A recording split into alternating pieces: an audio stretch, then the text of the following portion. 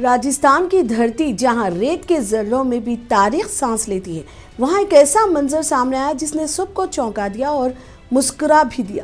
جدید دور کی تیز رفتار ڈیلیوری سروس بلنکٹ کا ایک رائڈر گھوڑے پر سوار ہو کر آرڈر پہنچاتا دکھائی دیا۔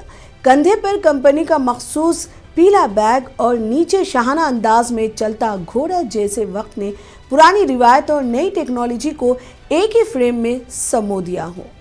یہ منظر راجستھان کی شان کے عین مطابق تھا، جہاں کبھی راجہ مہاراجہ گھوڑوں پر سفر کیا کرتے تھے۔